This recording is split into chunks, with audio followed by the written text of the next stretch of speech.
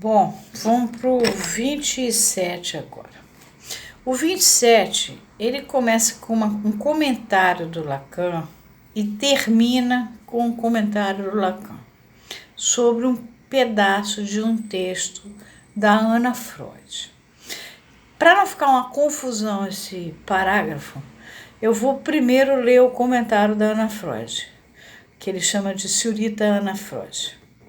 O comentário da Senhorita Ana Freud está num livro que está traduzido em português por O Ego e os Mecanismos de Defesa, Rio de Janeiro, editora Civilização Brasileira, 1982.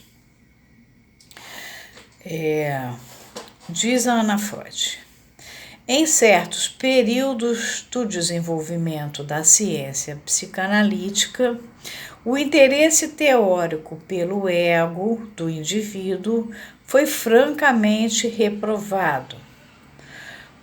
Aí tem um intervalo, ela continua. Qualquer desvio do interesse pelas camadas mais profundas para as mais superficiais da vida psíquica, bem como qualquer desvio da investigação. Aí Lacan traduz do isso para o eu, mas a Melanie Klein bota do ego do id para o ego, eram tidos em geral como um começo de aversão pela análise. Então, qualquer desvio do interesse pelas camadas mais profundas para as mais superficiais da vida psíquica, bem como qualquer desvio da investigação do id para o ego, eram tidos em geral como um começo de aversão pela psicanálise. Agora vem a crueldade de Lacan, que é por onde ele começa o texto e termina o parágrafo. Ele diz assim: basta ler as frases que abrem o livro O Eu e os Mecanismos de Defesa da senhorita Ana Freud. E aí, depois que ela fala, ele continua: para ouvir no tom ansioso com que elas prenunciam o advento de uma nova era.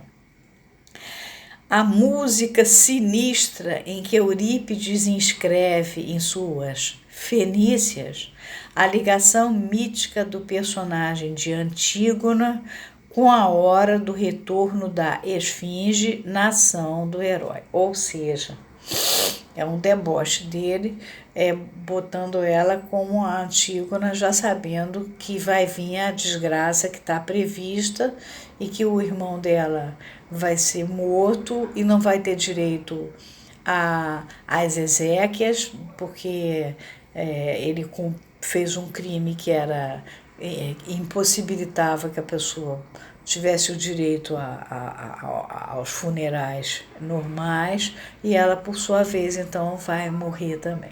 Então, a crueldade dele está aí.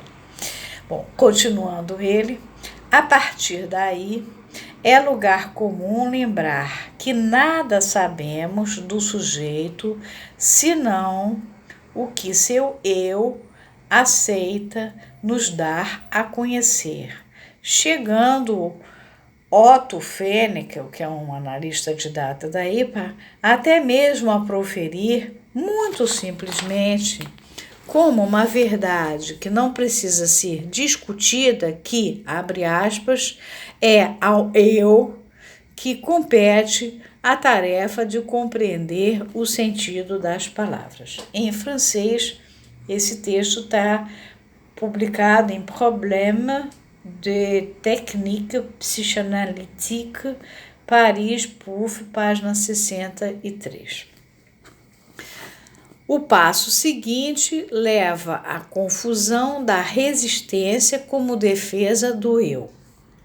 A noção de defesa, promovida por Freud já em 1894, lá longe, numa primeira referência da neurose, a uma concepção genericamente aceita da função da doença, lembra, Freud fala nas neuroses de defesa, é retomada por ele, Fennekel, em seu trabalho aliás, ele, Freud, em seu trabalho maior sobre a inibição, o sintoma e a angústia.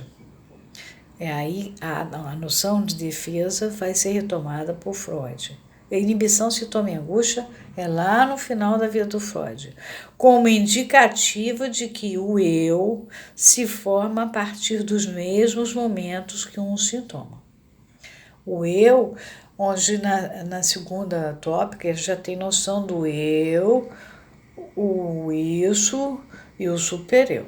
Esse eu se forma já a partir dos mesmos momentos que um sintoma. Sim, mas píptos, né? Lembra? O que vem junto, o que acontece, o que ocorre naquele momento.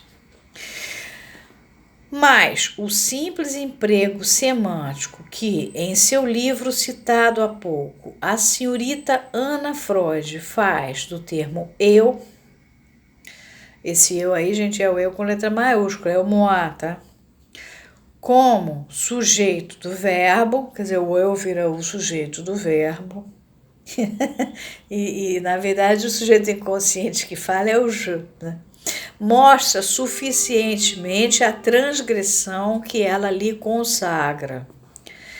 E mostra que no desvio desde então aceito, o eu é realmente o sujeito objetivado, cujos mecanismos de defesa constituem a resistência. Olha, esses mecanismos de defesa do ego era um livro, na época que eu estudava, em 1970, e pouquíssimos. A gente lia o livro, tinha todos os mecanismos de defesa, e eu tirei 10 na prova. Eu vou falar para vocês, eu não sei mais nenhum, graças a Deus. Todo o analisante que entra aqui dentro, ele parece assim, um estandarte de escola de samba de mecanismos de defesa desse eu. Que aos poucos, à medida em que a análise vai acontecendo, isso vai sendo jogado para fora.